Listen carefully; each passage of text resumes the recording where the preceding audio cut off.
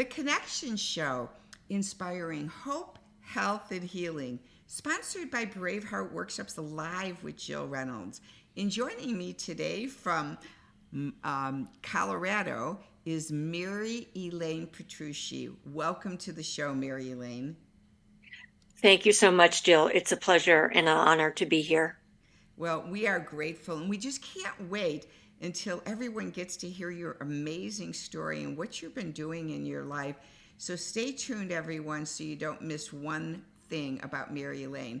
Before we begin, though, I'd love for everyone to know about this fabulous event that's coming to Branson, Missouri, that the founder of the event, Kimberly Fletcher, started this organization called Moms for America. It's an amazing non-for-profit that has started a movement around the whole country where moms can gather in little cottage groups on a weekly or monthly basis with people in their neighborhood to be able to share motherhood together and things that are going on in the schools today. They're going to have an event in Branson, Missouri, March 24th. So I'm going to show you the flyer on that. It's called the Legacy Awards Gala. It's going to be Friday, March the 24th at the Chateau on the Lake. There are still a few tickets available for the event for only $75, which includes an amazing dinner. But you're going to enjoy hearing from Kirk Cameron. Remember Kirk Cameron? He's amazing. And Sam Sorbo, which is Kevin Sorbo's wife, who's an advocate for homeschooling. And then our special guest will be Congressman Mark Alford, and also the amazing musicians from Branson, Pierce Arrow. So get your tickets and join us at this fabulous event in Branson, Missouri. So stay tuned for a word from Mary Elaine after our intro. Thanks for joining us. The Connection Show, inspiring hope, health, healing, connecting the dots of your story and transforming your life. Sponsored by Braveheart Workshops, live with Jill Reynolds. Well, welcome back. And so let's just dig right in. So Mary Elaine, could you take us on a journey to little Mary Elaine growing up and share with us some of the good things in your life, any struggles you've gone through, hardships, so that hopefully as the audience hears your story, they'll see the similarities in your life with their own, and hopefully their lives will be transformed today. Well, thank you very much for this honor.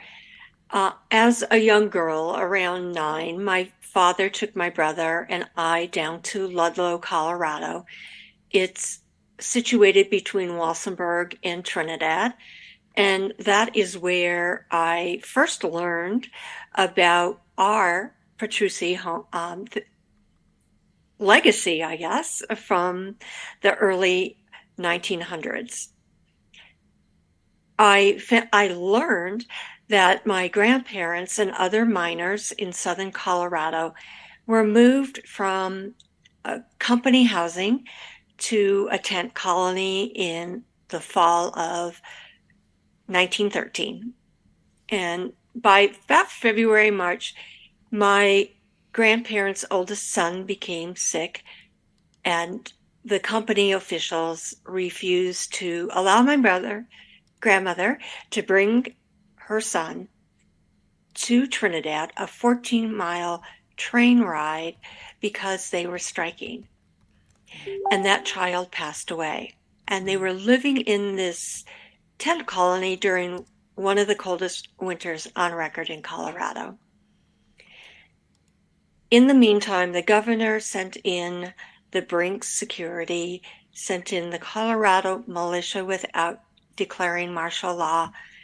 And a month and a half after my grandparents lost their first son, they were involved in what became known as the Ludlow Massacre, and my grandparents lost the remaining 3 children in a pit where other women and children were sheltering in place during this conflict between Bring Security, Colorado Militia, and the miners.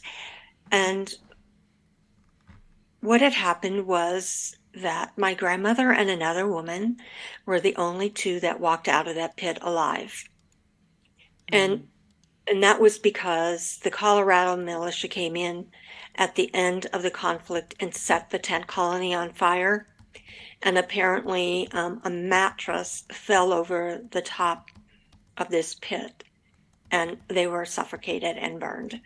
So from that, I felt that. So hold on for a minute. So when you say the Colorado militia, was that part of the Colorado government then at that time? Like the government for the state of Colorado? Is that what the Colorado militia was? Yes, exactly. And they were sent it's kind of funny, not funny, but connecting the dots of story. Kind of what's going on in the country today with government controlling people's lives, and taking over and not allowing us choice the way we used to have it when there were times. So it's like history repeating itself. Yes, and it's also repeating itself because workers are standing up now as well and starting unions in places where we didn't think that they would be. Well, So I agree with that, and I also believe, though, the unions starting up are just as woke as the Colorado militia, because they control you too, and then you don't have the rights that you want to have. But that's a whole nother story. So go on. So continue on with the story then.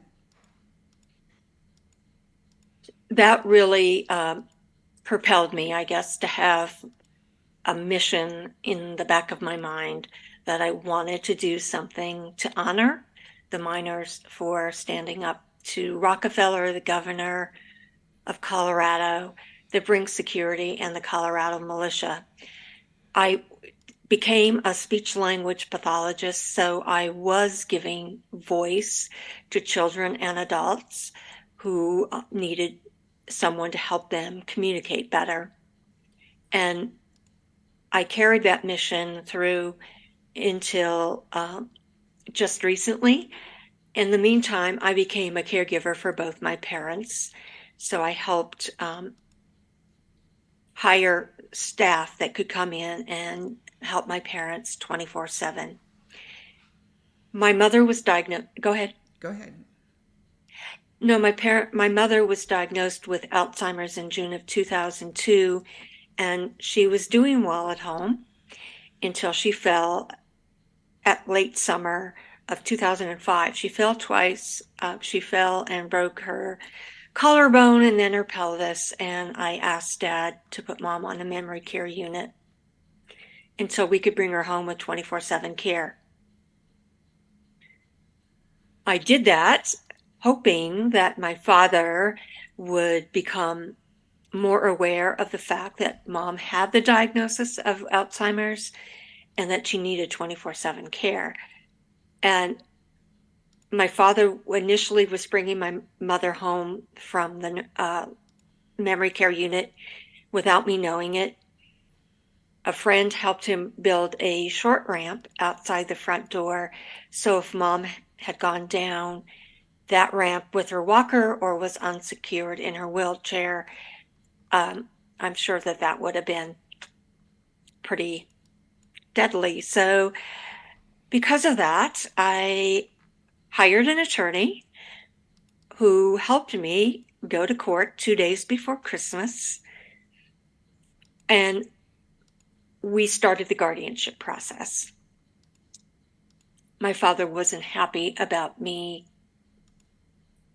doing this procedure, but I really felt Mom needed a lot of support. And I need to give her voice because at that point she couldn't communicate very well.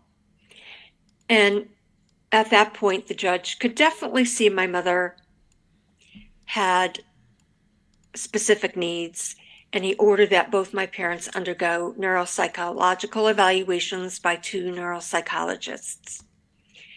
It was pretty clear that Mom's evaluations showed that she had a severe cognitive impairment and would need 24/7 care. My father's evaluation showed that he would not be the best caregiver for my mother. So by April, our attorneys sat my father and I down, and we had a lengthy discussion about how we were going to move Mom from the memory care unit to home with 24/7 care. Finally, my father relented, and we brought Mom home on May 22nd, their 58th wedding anniversary. So I felt really encouraged that I stood up for Mom and made sure that she was getting the services that she needed. And when we did bring Mom home with 24/7 care, Dad did realize that he couldn't have done it alone.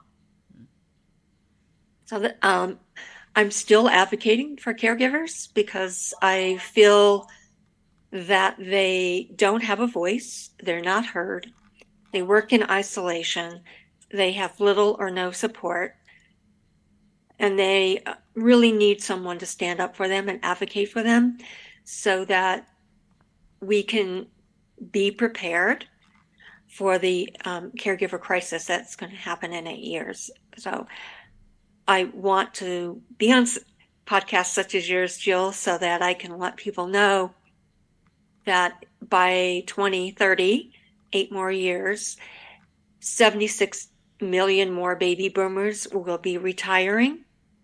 And that will be 45% of our workforce here in the United States, and there will be no one to care for them. So I want to advocate on the state, local, national level to make sure that we can put in place a program to make sure that the baby boomers are getting the services that they need. Well, that's amazing. Thank you for sharing that. So let's go back to connecting the dots, because we went from the 1900s all the way to today. And so I'm sure there was a lot more to the story. So after you learned about this legacy burden in your grandmother's and grandfather's life, because was that your grandparents or your great-grandparents? My grandparents. Yeah. So when you learned about the legacy burden from your grandparents, and then your obviously your grandfather was one of the people who didn't survive, correct? No, he did survive. Okay, I thought you said just your grandmother survived. Well, she was one of the two that only walked out of the pit that she was hiding in, that came out of the pit alive. Okay, so your grandmother and grandfather survived, and so obviously they had your parents, and then your parents had you. So with this legacy burden that was passed on from them, can you share a little bit about your childhood and what your childhood looked like? My parents both believed in education because they didn't have that opportunity when they were growing up. So I felt like I needed to be perfect, and I needed to be really responsible, and I needed to be who I wanted to be. Somewhat, it was more I was looking outside to find like a role model for me to mimic, and that was a challenge until recently. I found that I was good at advocating for children and adults who had communication problems. I felt that I felt still a little unsure of like who I was or meant to be because of this family legacy, and it just took me until recently to fully understand just the impact of what my family legacy is about.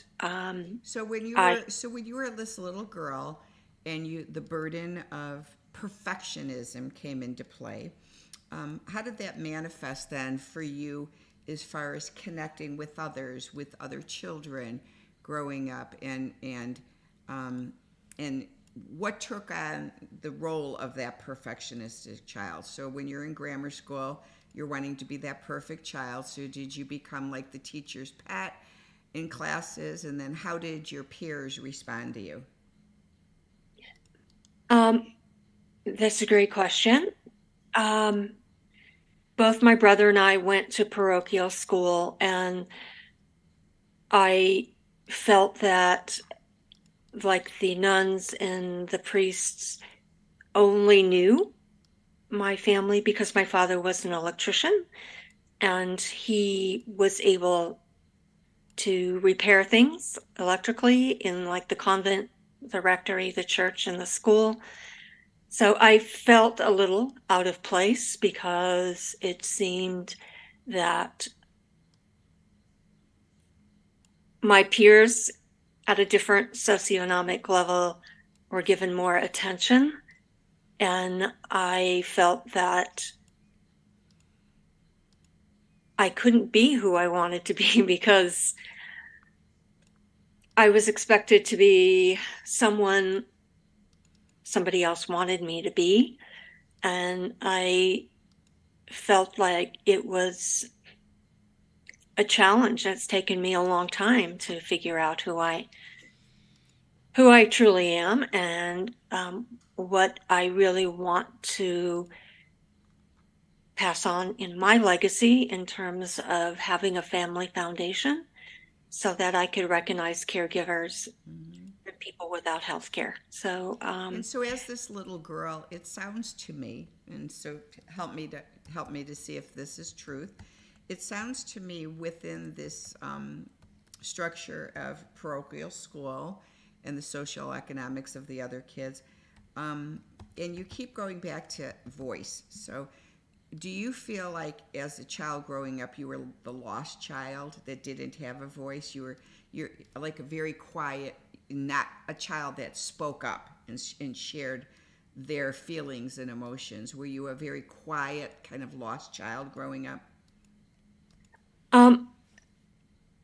Surprisingly not. Okay. I was very vocal about what was happening at school. My father, many years later, informed me that he felt like I was complaining about everything, and I said that was not the case. I was just very vocal about going to the parochial school and just the structure, where I felt that the nuns and the priests really didn't represent a Christ-like appearance to me at all. And I felt And why that, did you feel that way? What was going on that made you feel that way? just the fact that the only time they knew my brother and I was when we could bring a microphone home, or to let Dad know that they needed some electrical repair somewhere at the convent, the church, the rectory, or the school. And I felt that that was the only reason why they even recognized my brother and I, because my father could help. And So they didn't really look at you guys as human beings per se in being seen or needed as much as you were just items in their school to provide their needs for electricians. yes, thank you for saying that so well, Jill. Yes. Yeah. So that burden then of not feeling like you were good enough or seen, tell me then how that manifested when you left parochial school and went on. Did you stay there through 8th grade or just 8th grade? So junior high, were you there at the parochial school? No, I did graduate. The parochial school only went to 8th grade. I graduated from there. I went to a public junior high school for 1 year, and then I went to high school for another year, and then busing came and they switched the boundaries. So I went to a second high school, and so moving 4 times in 4 years was a little traumatic for me. I felt like I was just getting grounded in this public school and was only there a year, was only at the first high school for a year, and I kind of didn't say very much because I was trying to figure out where I belonged in all of this transitions, and it made me realize that I wanted to help people either as a physical therapist or a speech pathologist. So you were feeling that way in junior high, that you wanted to be in the helping fields and do something. You were starting to have this vision. So as you're in junior high and high school, and you said it was traumatic. So when you were going through this trauma, what word would you give it that was you were feeling inside? Were you again? I heard you say not belonging. So the sense of not belonging. The sense of not being connected with others? I was able to establish a core group of friends. Each time. Small group. Each time. Well, in the second high school, primarily. But that 1 year, the year in junior high, and then the year of that one high school, what were you going through at that time emotionally, as far as, because you said you experienced trauma, so to help the audience to know your feelings and what you were feeling inside. Certainly. I was feeling confused with the changes. I was attempting to figure out how to move between classes. In the first high school, I had taken some classes during the summer, and they were having trouble moving me from the first to another science class because I had already taken like the prerequisites before. And then one chemistry teacher felt like I needed to be in the advanced class instead of just the regular class, chemistry class. And I made that switch about 5 weeks into the semester, and I felt like I was really behind. I wasn't on the same page as the other students. I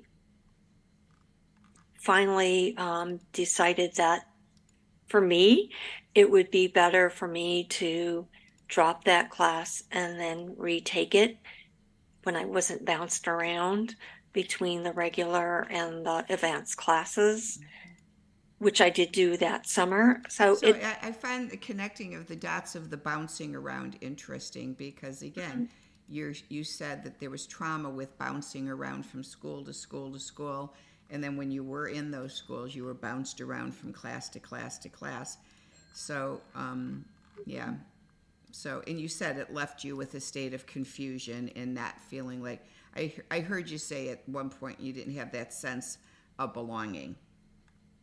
Well, that's true because a few of the students that I knew in the parochial school were with me in some classes in the 9th grade.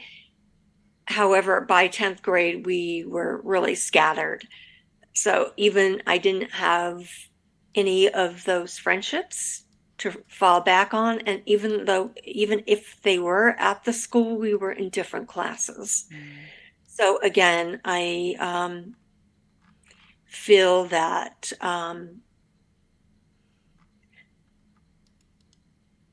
my personal opinion would have been if they would have allowed busing to start like in kindergarten, elementary grades, I think it would have been much smoother. So yes, I talked with a friend several years ago who felt like that was really traumatic for her as well, to be bounced around to four different schools in 4 years. Yeah, So, that's very difficult. So then, during this time, okay, mhm. did you utilize? I mean, from all the experience I've had in my life and other people that have been on my show, did you utilize anything to take away from some of the pain? Did you start engaging in any behaviors to calm down that sense of not feeling like you belong and the trauma? Did you go to eating food or minimizing food, or did you go into starting to drink or smoke or alcohol? How did you cope? So many times we use substances or things to cope. We act out in different ways. I believe that, to me, that's the definition of codependence, and when we allow people, places, or things to become more important than ourselves, that we lose our identity. And a caregiver is prime for this. Prime for losing identity. So as Yes. this was going through, and you weren't connecting or feeling that connection, because the sense of belonging has to do with connection, how did you cope with it emotionally?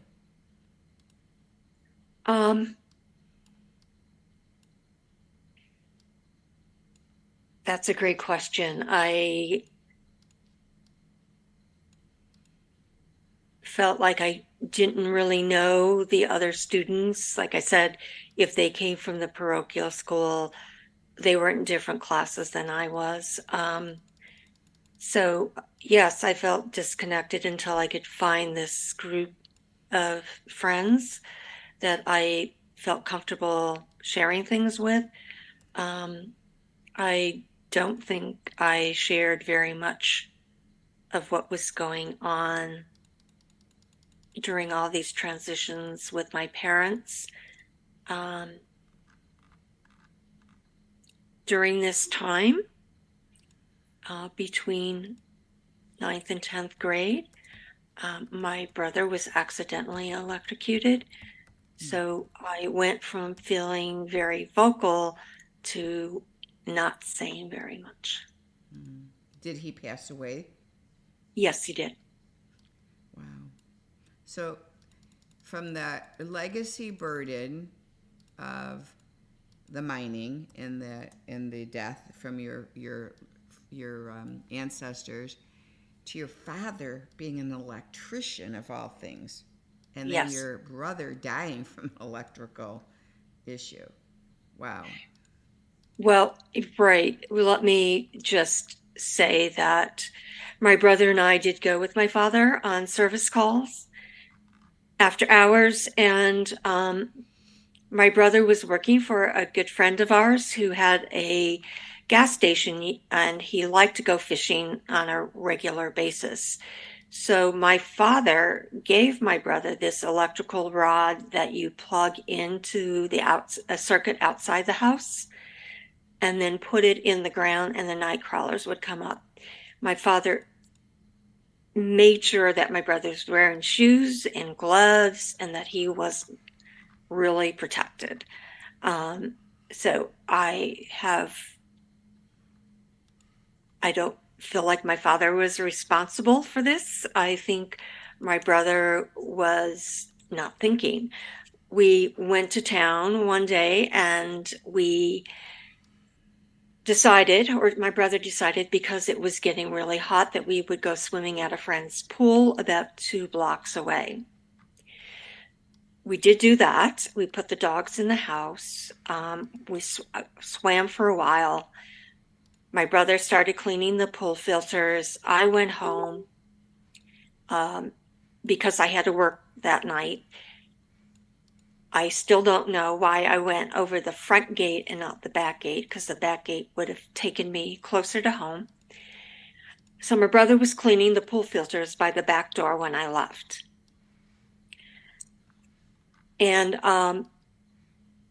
this electrical rod had a very short cord.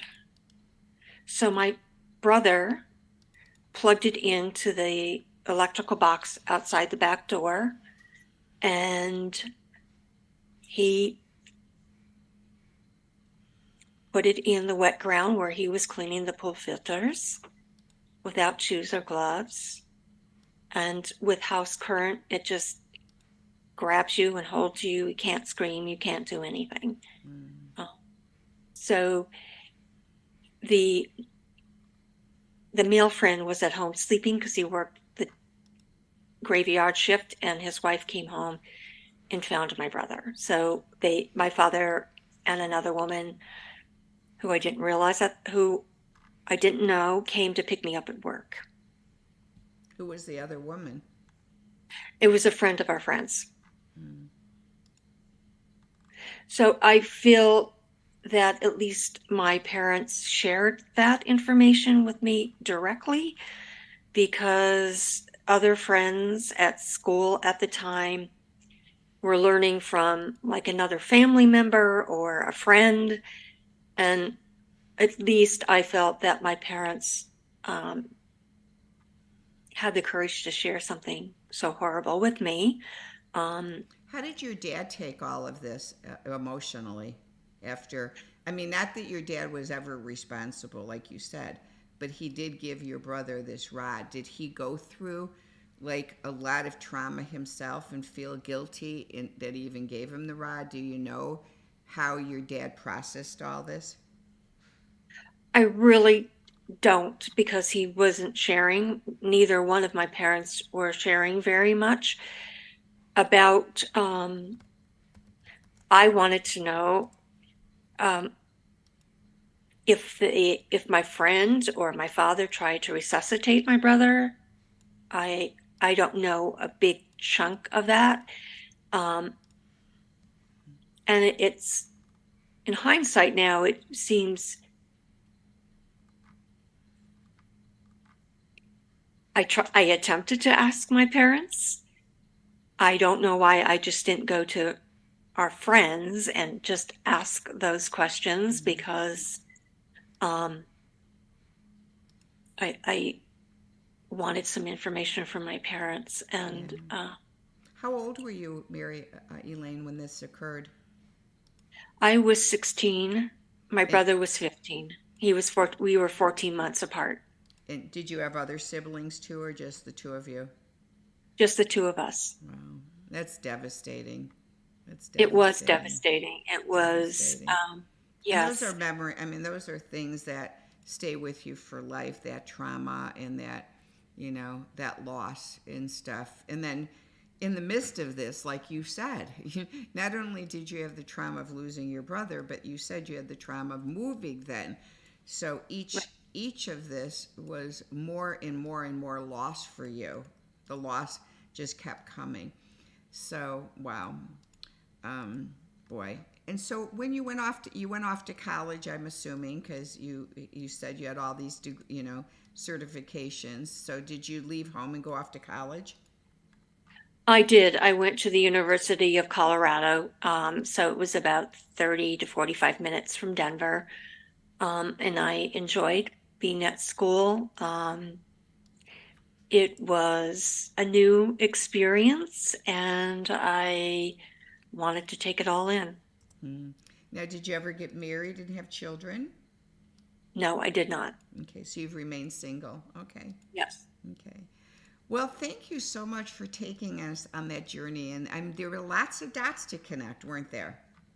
Yes, there were. Thank you so much for keeping me on track, Jill. I do appreciate that. Yeah, it's amazing. I just feel like, story is so important. And, many times people don't take the time to really connect the dots of their story. And so Thank you for taking this. I'd love now for just to pause a moment to show your bio to the audience. And so this is Mary Elaine's bio and her website, which is caregivernlifelineacademy.com, where you can reach out to her to learn more about her business with caregiving. And so, yes, so that is just a beautiful career path. And I find it interesting because throughout your life, it just seems like you really embraced wanting more for yourself, like someone, like to be there when you felt lost.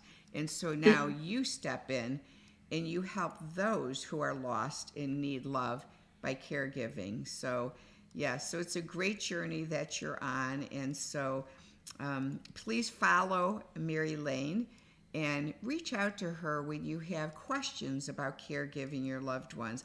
I myself have had to go through lots of caregiving. We can talk about that on your show, but caregiving is, I think it's, in my opinion,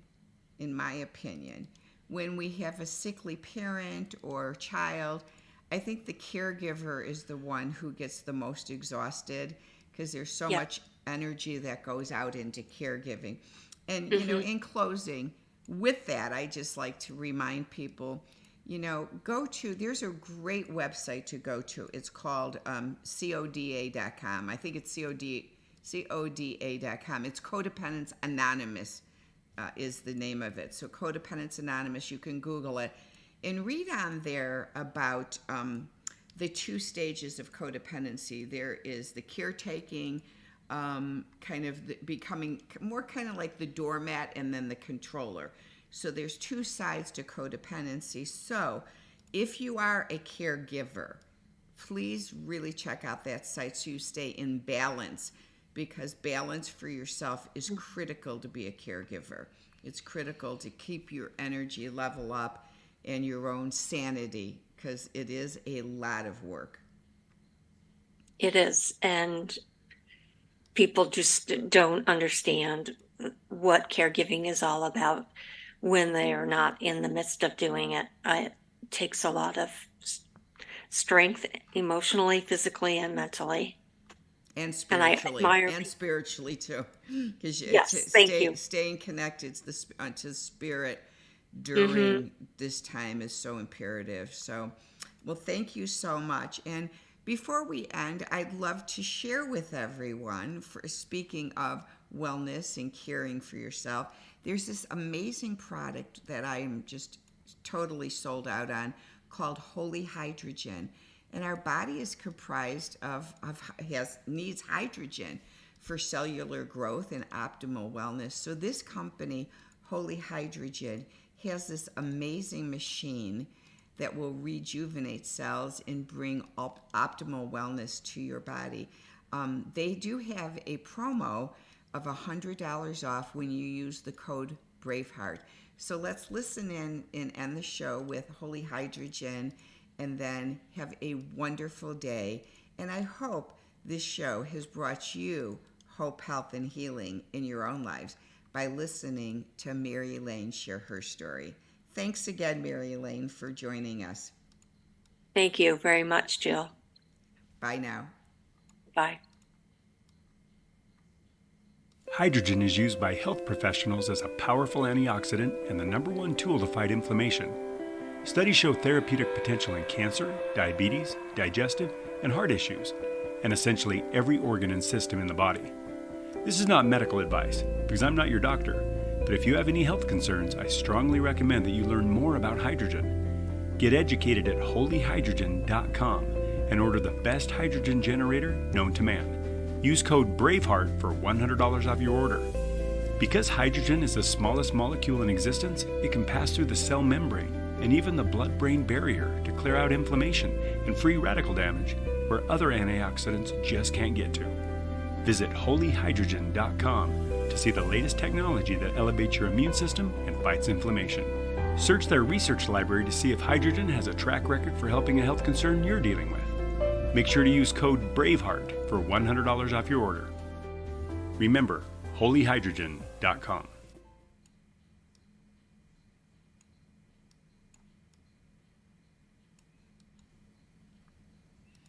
Thank you for joining us on The Connection Show. We'd appreciate your support.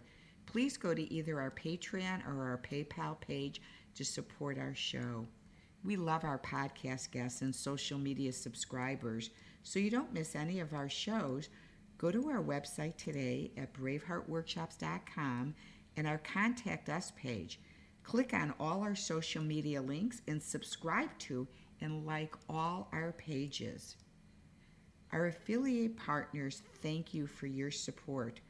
Go to our affiliate partners page on our website and order from them today. They're offering discounts when you mention Braveheart. Click on their website links to order from them today.